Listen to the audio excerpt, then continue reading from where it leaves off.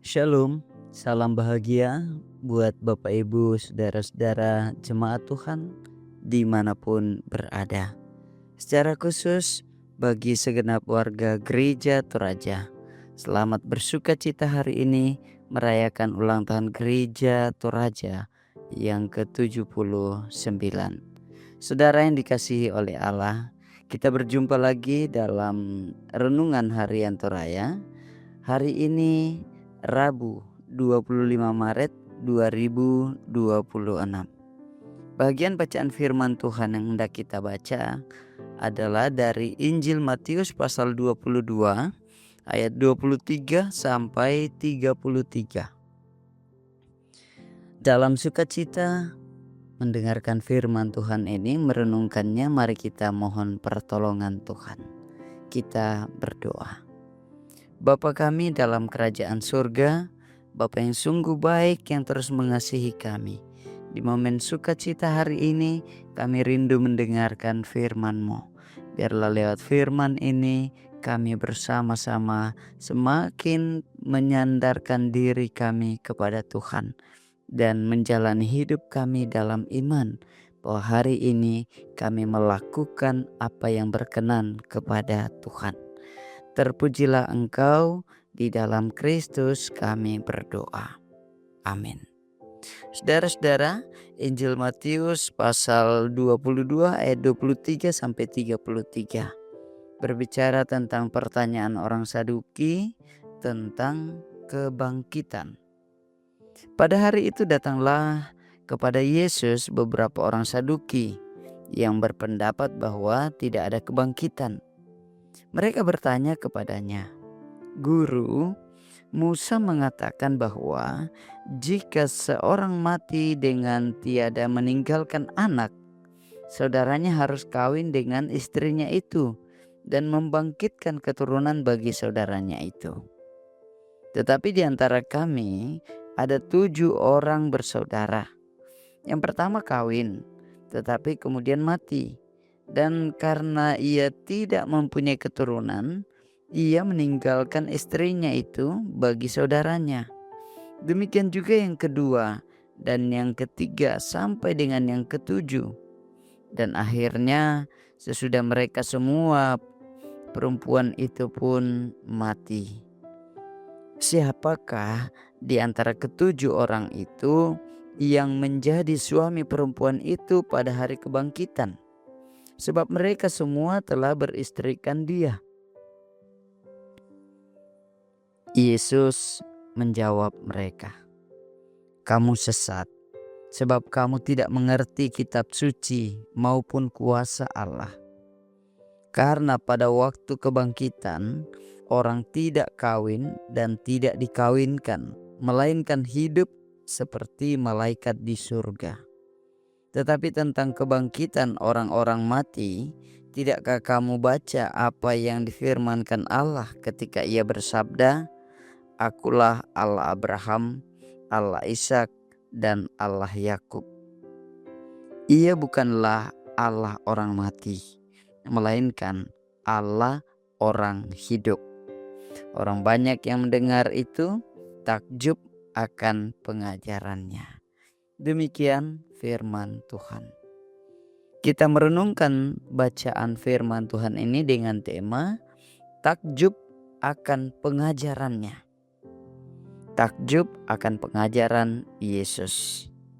Di pomanga tu pangadaran na Yesu. Saudara-saudara, kelompok Saduki datang pada Yesus dengan pertanyaan yang unik sekaligus menjebak. Anehnya, mereka tidak percaya kebangkitan, tetapi malah sibuk bertanya soal status pernikahan di surga. Seorang perempuan menikah dengan 7 orang, satu persatu meninggal. Kemudian orang Farisi bertanya, "Nanti di surga dia jadi istri siapa?" Ya, sekali lagi orang Saduki itu bertanya, atau kelompok Saduki ini bertanya, nanti di surga dia jadi istri siapa? Saudara-saudara, Yesus tidak terpedaya dalam pertanyaan jebakan mereka. Ia menegaskan bahwa di surga orang tidak kawin dan dikawinkan. Dan yang paling penting, Allah bukan Allah orang mati, melainkan Allah orang hidup. Sadar atau tidak sadar, saudara-saudara, seringkali juga kita berlakon seperti kelompok orang-orang Saduki ini. Kita sibuk berdebat tentang hal-hal teologis yang rumit, tapi lupa esensinya. Apakah kita hidup di hadapan Allah yang hidup? Merespons pertanyaan kelompok orang-orang Saduki, Yesus dengan tegas berkata, "Kamu sesat, sebab kamu tidak mengerti kitab suci maupun kuasa Allah." Dan ia menambahkan bahwa di surga tidak ada kawin mengawinkan. Serta hal yang penting yang Yesus katakan adalah Allah bukan Tuhan orang mati, tapi Tuhan orang hidup. Dalam perikop Injil Matius ini, saudara-saudara, kita diingatkan agar tidak terperangkap dalam debat religius yang kering, lalu melupakan kehidupan iman yang nyata. Kita kadang terlalu sibuk bertanya tentang kehidupan setelah mati, padahal pertanyaan yang lebih penting adalah apakah kita sedang hidup benar hari ini di hadapan Allah. Sejatinya Tuhan tidak mencari teologi yang rumit, tapi menghendaki relasi kasih yang nyata dengan iman yang hidup berpusat pada Yesus, sang sumber hidup itu sendiri. Saudara-saudara yang kekasih dalam Yesus Kristus, secara khusus hari ini kita merayakan bersama hari ulang tahun Gereja Toraja yang ke-79.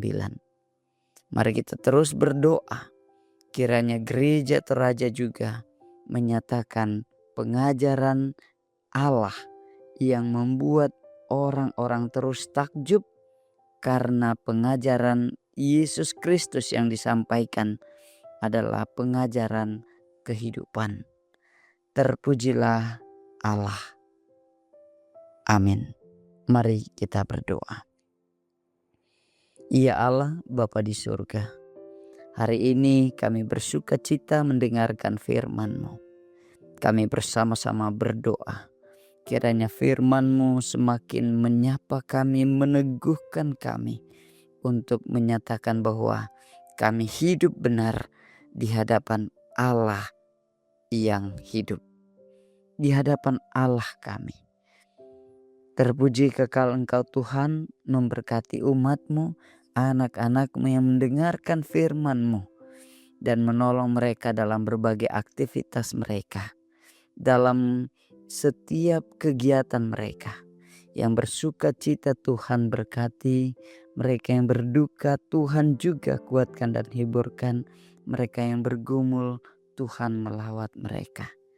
Ya Bapa di surga, secara khusus kami berdoa untuk Gereja Toraja yang hari ini merayakan ulang tahun yang ke-79. Biarlah Tuhan menolong, menjadikan Gereja Toraja sebagai alat-Mu untuk memberitakan bahwa Allah adalah Allah orang hidup, Allah anak-anak-Nya. Kami bersama-sama berdoa, Engkau berkati setiap anak-anak Tuhan yang menyatakan pelayanan dalam persekutuan Gereja Toraja, baik di jemaat, di klasis, ataupun juga di wilayah serta secara bersama di sinode. Tuhan berkati anak-anak Tuhan yang menjadi pelayan di dalam persekutuan jemaat-Mu, bahkan orang-orang yang terus menopang persekutuan jemaat-Mu ini. Terpujilah kekal Engkau Bapa, dalam kasih Kristus Tuhan dan Juru Selamat kami berdoa. Amin. Selamat ulang tahun Gereja Toraja, Tuhan memberkati. Shalom.